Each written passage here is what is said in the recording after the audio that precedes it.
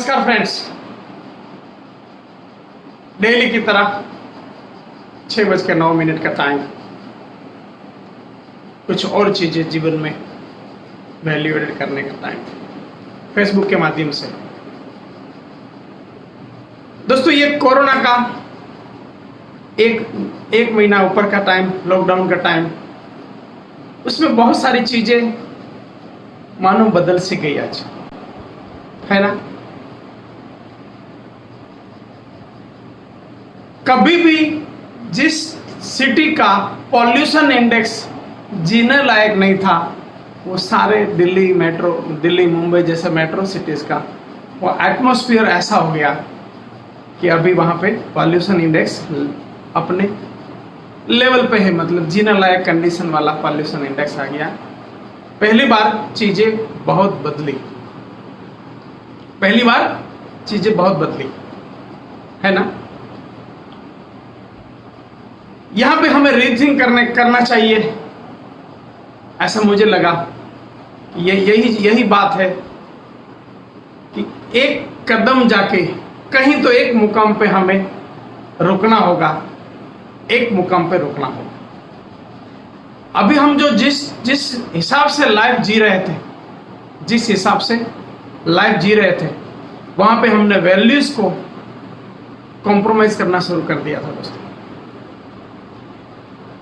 और अभी हमें वापस समझ में आ रहा है कि जीवन में सबसे ऊपर वैल्यू ही है, सबसे ऊपर कैरेक्टरिस्टिक है। अभी धीरे धीरे हम फील कर रहे हैं।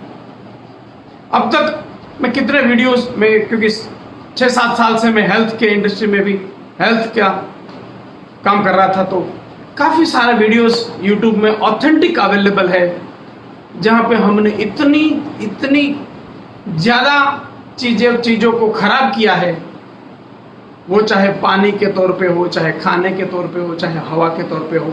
मतलब हमने जाने अनजाने में तो नहीं बोल सकता, हमने जानबूझ के ही हमने एक ही चीज को सबसे ज्यादा इंपॉर्टेंट दिया, और वो है पैसा। हमने पैसे को उतना ज्यादा इंपॉर्टेंट दे दिया। पैसा आज भी जरूरी तो बहुत है, लेकिन इतना भी ज्यादा जरूरी नहीं है कि आज हम समझ पा रहे हैं कि हमने कुछ भी करके पैसा कमाने के चक्कर में दूध में मिलावट, ऐसे वीडियो आपको जेन्युइन मिल जाएंगे, जो न्यूज चैनल आज तक जैसी, एनडीटीवी जैसी जेन्युइन न्यूज चैनल के ऊपर वो उन लोगों का स्टिंग ऑपरेशन था, वहां से आपको यूट्यूब में मिलेंगे कि दूध में मिलावट, मिठाई में मिलावट। मेरे पास एक वीडियो तो ऐसा आया था कि घी में मिलावट छोड़ो, पशुओं के हड्डियों से घी बनाना। मैं जो भी आज बोल रहा हूं, आप गूगल करोगे तो आपको मिलेगा। पशुओं के हड्डियों से घी बनाना, मतलब हमने खाने की चीजों को छोड़ा नहीं, पानी को हमने छोड़ा नहीं है। ऐसे वीडियोस अवेलेबल है यूट्यूब के ऊपर, जो कहीं ना कहीं तो हुआ था ना। सारे ग्रीन वेजिटेबल्स एंड फ्रूट्स को हम इस तरह से पकाते हैं मानो वो हमें खाना का ना हो। एक वीडियो मेरे पास ऐसा आया था, शायद महाराष्ट्र का था, जहां पे ग्रेप्स का वीडियो था। उन्होंने ये थोड़ा ग्रेप्स अलग बनाया हुआ था, फार्मर ने बोला ये हमारे घर के लिए है, ये लोगों के लिए। क्या जिसने भी वो बनाया था, जिसने भी वो बात की थी कि ये ग्रेप्स मेरे लिए है, बाकी ये सब बेचने के लिए, ये खाना लायक नहीं है। मतलब उसमें ऐसे केमिकल, पेस्टिसाइड, इतना कुछ करके पैसा बनाने के चक्कर था ना। क्या वो ग्रेप्स का फार्मर वो अपने लिए ग्रेप्स तो सही कर दिया, अपने लिए ग्रेप्स तो अलग से निकाल दिया, लेकिन क्या ग्रेप्स पे ग्रेप्स पे जीवन चल जाएगा क्या? ऐसा तो नहीं होगा। तो बाकी चीजों कहीं से भी लाएगा, वो ऐसे ही नहीं होगी क्या? क्योंकि दुनिया को आप जो देंगे वही दुनिया आपको देगी, ऐसा ही होगा ना। फिर हम जाने अनजाने में हम ऐसा कर रहे हैं कि हमने अपने कैरेक्टरिस्टिक को डाउन कर दिया। दोस्तों, आज वापस हमें समझ में आ रहा है कि कैरेक्टरिस्टिक का वैल्यू क्या है जीवन में, लाइफ में। सिद्धांत और वैल्यूज का इंपॉर्टेंट क्या है, एक बार स्वामी विवेकानंद अमेरिका में गए थे, अमेरिका की बात है शायद। वहां पे आपने कपड़े उनके देखे रहेंगे, हमारे भारतीय कल्चर में ज्यादातर साधु संत के कपड़े कैसे रहते हैं, उसमें टेलर का यूज नहीं होता है। उस ऐसे कपड़े होते हैं कि उसको टेलर का जरूरत नहीं रहता, उसको सीने का जरूरत नहीं है। तो स्वामी विवेकानंद के आपने फोटो वगैरह देखे रहेंगे तो आपको मालूम है कि स्वामी जी के जो कपड़े थे वो कैसे थे, बिना टेलरिंग किए हुए कपड़े थे। तो अमेरिकन कोई जर्नलिस्ट या कोई सिटीजन ने स्वामी विवेकानंद को सवाल पूछा कि आपके इंडिया में टेलर नहीं है क्या? मतलब उनको लगा कि बिना टेलरिंग कपड़ा भी होता है क्या? तो उसने पूछा कि आपके इंडिया में टेलर नहीं है क्या, दर्जी नहीं है क्या? स्वामी विवेकानंद ने बहुत अच्छा जवाब दिया कि आपके अमेरिका में आपका कैरेक्टरिस्टिक टेलर तय करता है, आप वही उसी नजर से मुझे देखते हो।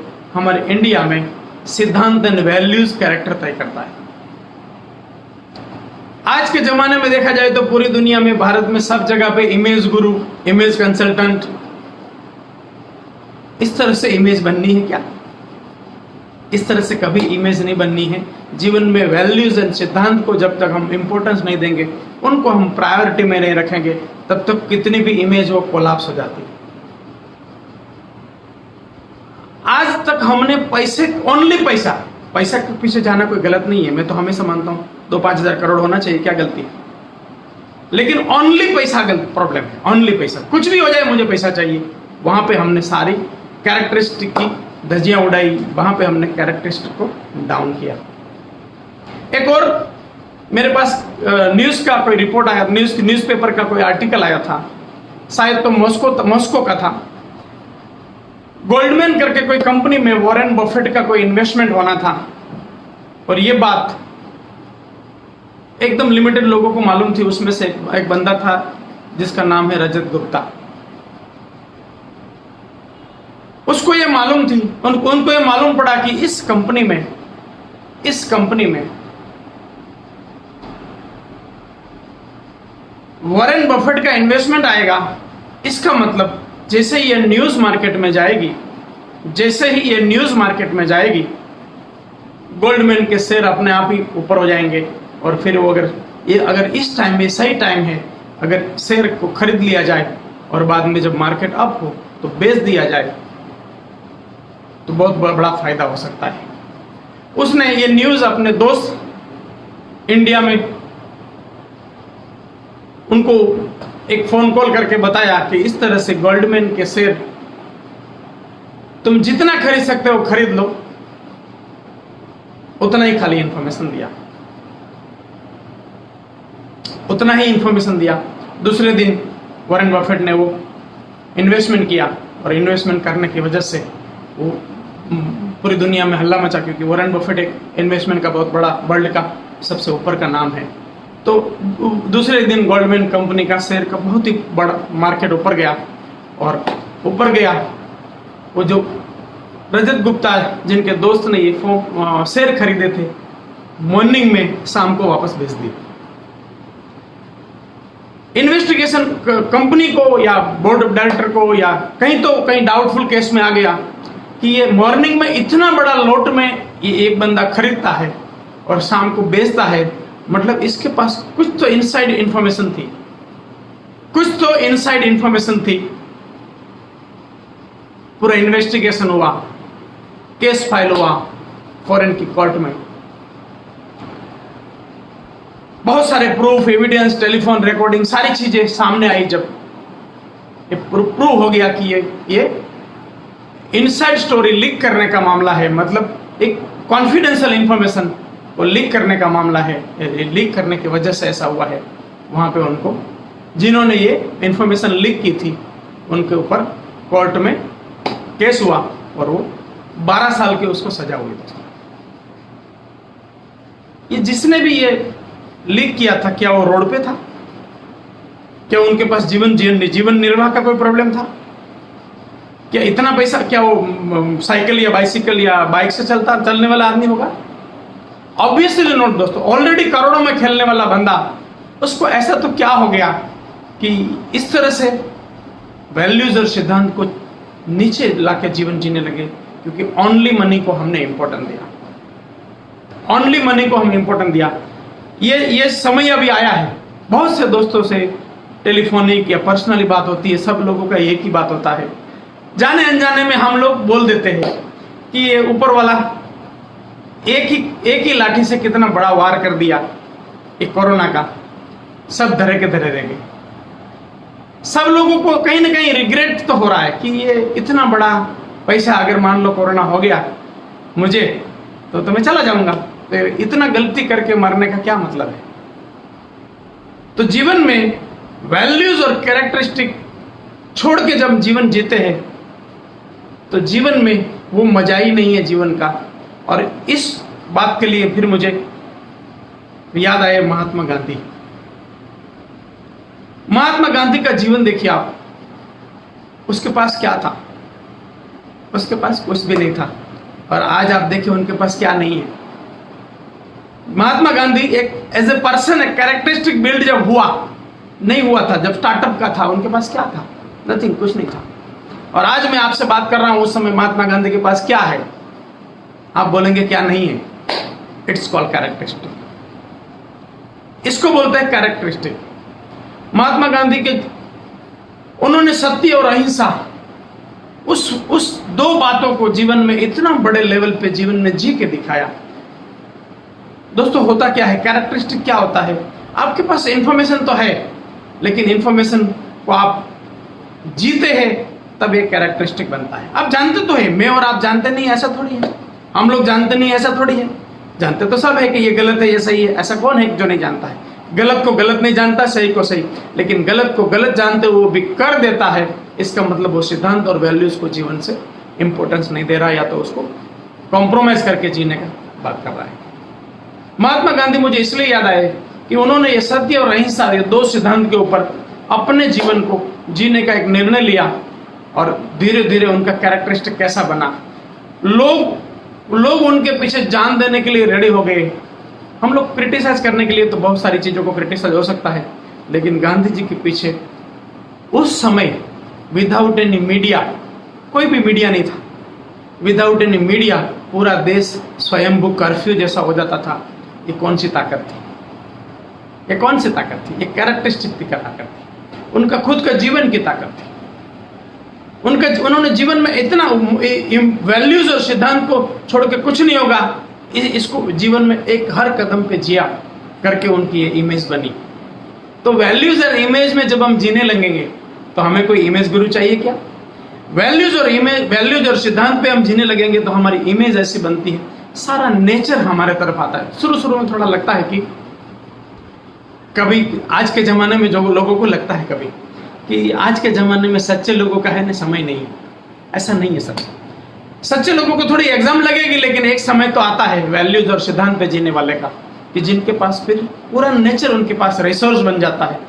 और ये ऐसा गांधी जी के साथ हुआ। अब उसका लाइफ थोड़ा देखेंगे तो मालूम पड़ेगा। उनके साथ ये हुआ।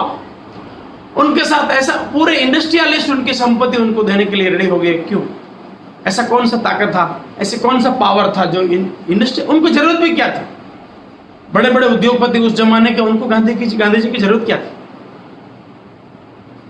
कोई जरूरत नहीं थी। अरे उस जमाने का इंग्लैंड का प्राइम मिनिस्टर विंस्टन चर्चिल भी गांधी जी से डरता था। वो हमेशा बोलता था, हिटलर से मुझे उतना प्रॉब्लम नहीं है, उतना मुझे डर नहीं है जितना ये हार्ड पिंजर से डर है। ये कौन सी ताकत थी दोस्तों? एक कैरेक्टरिस्टिक की ताकत थी, जो जीवन में सिद्धांत से ही जीना है, वो बात की ताकत थी दोस्तों। कुछ बातें गांधी जी की हम आज याद करते हैं तो थोड़ा वहां से और आपको वैल्यू एडिशन मालूम पड़ेगा, कुछ उसके जीवन का बातें। विंस्टन चर्चिल की मैंने बात छड़ी थी तो वही बात करता हूं। एक बार लुई फिशर नामक पत्रकार, जर्नलिस्ट, उस समय का ब्रिटेन का टॉप जर्नलिस्ट, वो इंडिया आ रहा था।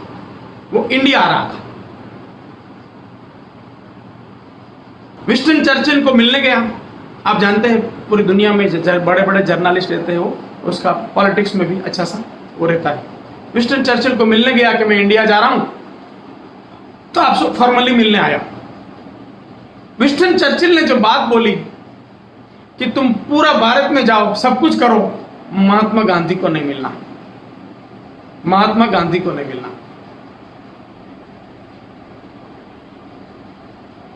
हमारा ह्यूमन नेचर है, जिसकी मना करते हो तो हम जरूर करते हैं, ह्यूमन नेचर है हमारा।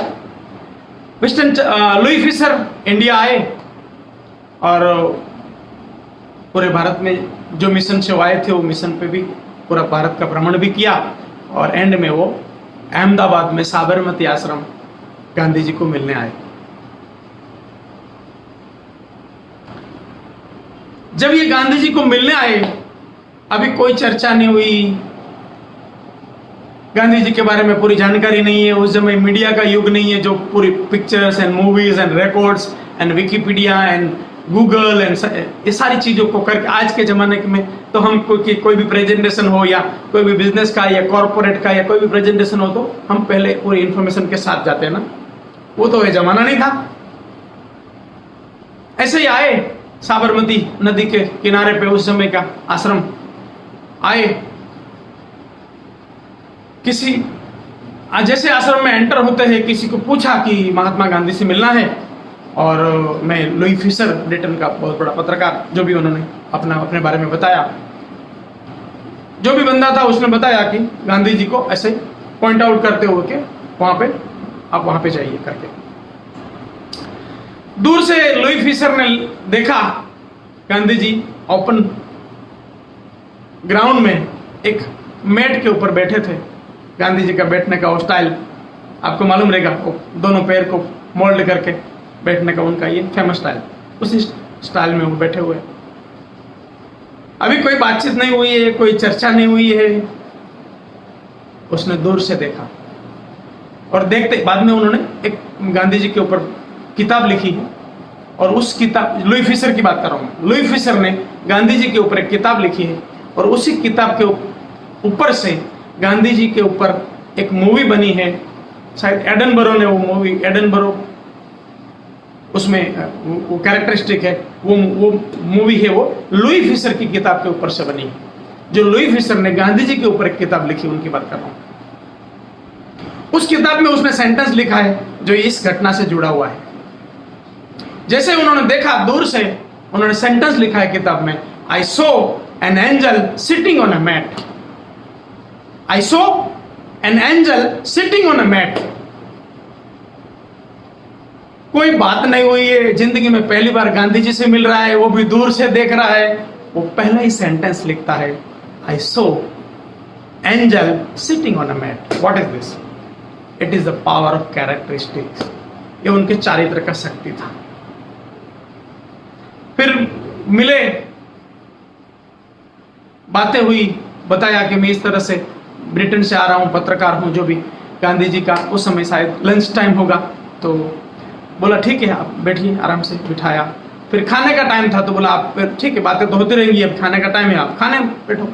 तो गांधी जी के साथ वो खाने बैठे, और आप जानते हैं गांधी जी का नेचर था, वो अलग अलग एक्सपेरिमेंट करते रहते थे। तो उस समय उनका एक्सपेरिमेंट और चल रहा था खाने में, नीम का कोई खाने का चीज, नीम का, नीम जानते हैं ना, बहुत कड़वा, उसी की बात कर रहा हूं। तो उनका कोई चीज बना हुआ था, वो उनका एक्सपेरिमेंट में चल रहा था, दिया। बहुत सारी चीजें दी होगी खाने में, ये भी दिया। जो खा नहीं सकते उतना कड़वा चीज लुई फिशर बिना बोले खा गया। ये गांधी जी का कैरेक्टरिस्टिक का ताकत था। फिर तो लुई फिशर गांधी जी का बहुत बड़ा भक्त वो बना, और चीजें बहुत हुई। लेकिन ये सारी चीजें हुई कैसे? पूरी दुनिया को हिला देने वाला पत्रकार कैसे उसका भक्त बन जाता है? Because power of characteristic. आज हम सरदार वल्लभ भाई पटेल, सरदार वल्लभ भाई पटेल भारत का एक रिस्पेक्टेबल नाम, पूरी दुनिया का एक रिस्पेक्टेबल नाम। उनके जीवन का कैरेक्टरिस्टिक कैसा था? लेकिन वो बंदा सरदार वल्लभ भाई पटेल, एक ही लाइन में खाली गांधी जी बोले कि सरदार अभी हम आजाद हुए हैं, अभी कोई थोड़ा हमें चीजें सही करनी है, तो अभी तुम हट जाओ, जवाहर को बनने दो, ऐसा बताया होगा। सरदार का चुपचाप हट जाना ये गांधी जी का कैरेक्टरिस्टिक। सरदार में कोई ताकत नहीं थी, इतनी ताकत थी उस समय, वो अगर चाहते तो प्राइम मिनिस्टर बन सकते थे और पूरी कंडीशन उनके फेवर में थी। फिर भी उनका एक ही से गांधी जी का एक ही सेंटेंस में पीछे हट जाना ये गांधी जी का कैरेक्टरिस्टिक था। गांधी जी के जीवन की एक और घटना है, शायद महाराष्ट्र की घटना है, महाराष्ट्र की घटना है,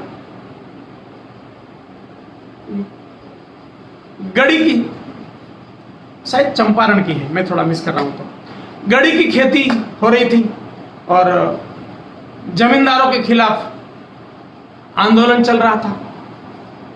उस आंदोलन में गांधी जी लीडरशिप कर रहे थे। तो एक बड़ा सा जमींदार, उनको लगा कि गांधी को भी मारना है मुझे, उनको लगा कि गांधी जी को मारना है। लेकिन गांधी ऐसा व्यक्तित्व, पूरे दिन लोगों से घिरा हुआ व्यक्तित्व, लेट सुबह से लेकर लेट नाइट तक, तो अकेले कभी हो नहीं और मारे कैसे। ये बात कहीं ना कहीं गांधी जी के पास आई और गांधी जी ने, उसको मालूम पड़ा कि ये बंदा है जो मुझे मारना चाहता है। उस जमाने में गांधी जी लकड़ी रखते थे, चलने के लिए लकड़ी रखते थे। उस दिन रात को 3 बजे गांधी जी ने लकड़ी भी छोड़ दी और खुद अकेले चल दिए उस बंदे के घर पे जो ये मारना चाहता था और उन्होंने दरवाजा ठोका, खोलो। पूछा कौन? बोला मैं गांधी। और दरवाजा खोला। दरवाजा खोलते ही महात्मा गांधी ने बताया कि मेरे सुनने में आया है कि तुम मुझे मारना चाहते हो और मैं अकेला पड़ता नहीं हूं, तो मैं इसलिए तेरे पास आया हूं कि अभी कोई नहीं है, किसी को मालूम भी नहीं पड़ेगा, तुम मुझे मार सकते हो। वो बंदा उसी समय गांधी जी के चरणों में आ गया और उसके बाद पूरे जीवन वो गांधी जी का भक्त बन के रहा। ये क्या थी गांधी जी में, ऐसा क्या था? वो था जीवन को सिद्धांत और वैल्यू पे जीना, एक हायर कैरेक्टरिस्टिक से जीवन जीना। क्योंकि यही चीज है हमारे जीवन को, मेरे और आपके जीवन को अगर कहीं और बेहतर लेवल पे लेके जा सकती है। सक्सेस तो चाहिए जीवन में, चीजें तो सारी चाहिए, पैसा भी बहुत चाहिए, लेकिन आउट ऑफ द ट्रैक जाके सिद्धांत और वैल्यूज को कॉम्प्रोमाइज करके अगर पैसा बना भी लिया, वो पैसा एक समय पे जाके रिग्रेट देता है। और अगर एक समय पे जाके रिग्रेट ना दे तो नेचर को कहीं ओवरलोडेड हो जाएगा, तो नेचर एक ही तमाचे में सारा कैरेक्टरिस्टिक ठीक करने का काम भी करता है। तो जीवन को अगर कैरेक्टरिस्टिक में उनका मजा ही अलग है। आप ऐसे हजारों लोग, आप अलग अलग ऐसे लोगों की जो सक्सेसफुल है उसकी जीवनी को जब देखेंगे, मैं हमेशा बोलता हूं कि आपको अपना आत्मबल बनाना है, अपना आत्मबल को बढ़ाना है, अपना कैरेक्टरिस्टिक्स को बनाना है। आप लोगों की जीवनी पढ़िए, आप अपने अपने फील्ड में अपने अपने जीवन के रोल मॉडल की जीवनी पढ़िए। वो जीवनी आपका कैरेक्टरिस्टिक को बनाएगा, आपका आत्मबल बनाएगा, आपको वैल्यूज और सिद्धांत पे जीने का बल देगा। ये थी आज की बात। कल हम एक और टॉपिक के साथ मिलेंगे 6:09 पे। आपको ये मेरा वीडियो अच्छा लगा है तो यहाँ से आप ये वीडियो को अपने फेसबुक पे लेके जाइए, फेसबुक के पेज को लाइक करिए और करवाइए। और यही वीडियो शाम तक आपको यूट्यूब में भी मिल जाएगा, तो यूट्यूब चैनल को सब्सक्राइब करिए, करवाइए, बेल आइकन को हिट करिए ताकि सबसे पहले वीडियो आपके पास आ जाए। और वीडियो को देखने के बाद व्हाट्सएप में अपने दोस्तों को भी शेयर करिए। मिलते हैं कल 6:09।